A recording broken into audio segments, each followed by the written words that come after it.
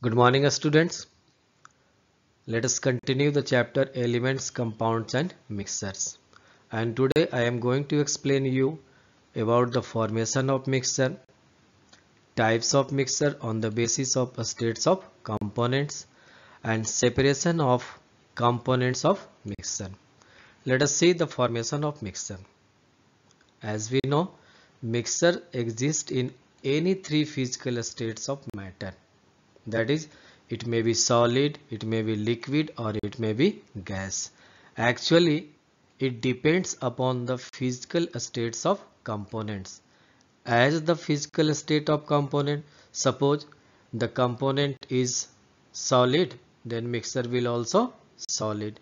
Component is liquid, then mixture may be liquid. Let us see the types of mixture on the basis of states of components. In this table we can see the types of mixtures, and these mixtures may be homogeneous or heterogeneous. As you know, what are the homogeneous mixtures? Homogeneous mixtures are the mixtures in which the components are uniformly mixed. Heterogeneous mixtures, they are the mixtures in which the components are non-uniformly mixed.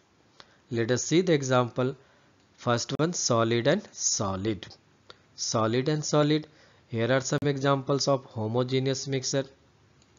Alloys of metals such as brass, bronze, stainless steel. They are the mixture in which the components are solid and solid. On the other hand, sugar and salt, sand and stone, they are also the mixture in which the components are solid and solid, but they are heterogeneous mixture. That means their components are non-uniformly mixed. The second type is solid and liquid. Let us see with the example, sugar and water. Here sugar is the solid and water is the liquid, and sugar water solution is the homogeneous. Sand and water.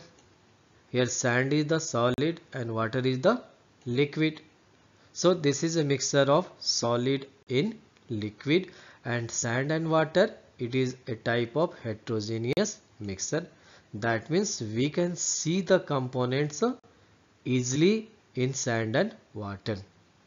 Next type of mixture is liquid and liquid.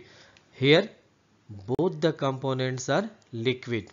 Let us see with the example, water and alcohol, acetone and water.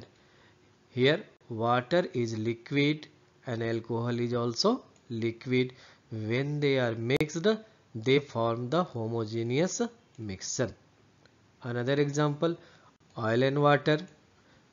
Oil is liquid, water is again liquid, and here the mixture formed is heterogeneous mixture.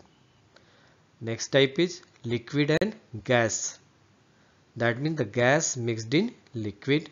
Let us see the examples. Tap water, water coming from the tap, ammonia and water, carbon dioxide and water. Here carbon dioxide is gas and water is the liquid. In tap water, water is liquid and many gases are mixed in the tap water. And here the components are uniformly mixed, so they are the homogeneous. On the other hand, soap leather, this is also an example of a liquid in gas. Let us move to next type of mixture, gas and gas. Air is the perfect example of gas in gas, because air is a mixture of different gases. Here different gases like oxygen, nitrogen, they are mixed in air and it is homogeneous mixture. As all the gases mixed, so there is no heterogeneous mixture in gas air. Let us move to the next topic, separation of components of mixture. Separation means separating out. As we know, most of the substances that we need in our life are available in the forms of mixture. That means maximum substances are in mixture, and these mixture may contain unwanted and harmful substances. They are not pure. Some unwanted and harmful substances are mixed into the mixture. Let us see with the example. Seawater is rich in common salt. That's why seawater is salty. And this common salt is used to add taste to the food. That's why it is called common salt. But can we use seawater directly? No, we can't use seawater directly because it contains many unwanted things. As it contains many unwanted things, so what should we do? We should separate the components of mixture. What is the purpose of separating the components of mixture? Why do we separate the components of mixture? As above we have seen, the mixture contains many unwanted and harmful substances. So, to remove unwanted and harmful substances, to obtain pure and useful substances, we separate the components of mixture. How can we separate the components of mixture? Let us see the factors on which the principle of separation depends. The first one, types of mixtures and their physical states, that is solid state, liquid state, or the gaseous state. Shape, size and color of the mixtures. Different shapes, different sizes, different colors, these components can be separated. And their characteristic properties such as the boiling point, melting point, density, volatility, solubility, magnetic property, ability to sublime, etc.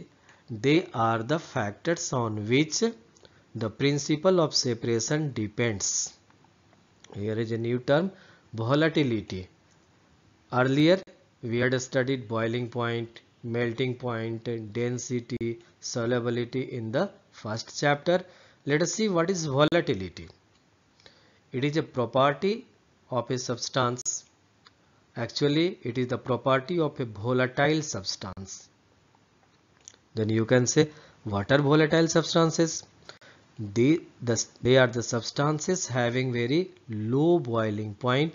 That means at a very low boiling point at room temperature, they comes in contact with air and evaporates. Some volatile substances are alcohol, mercury, petrol, gasoline and many more substances. Hydrogen gas in the liquid form, it is also the volatile substance.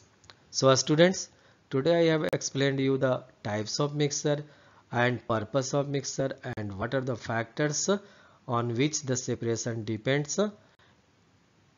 Hope you understood these things, and in the next class I will explain you separately how can we separate the different types of mixtures. Thank you. Have a nice day. Have a nice study.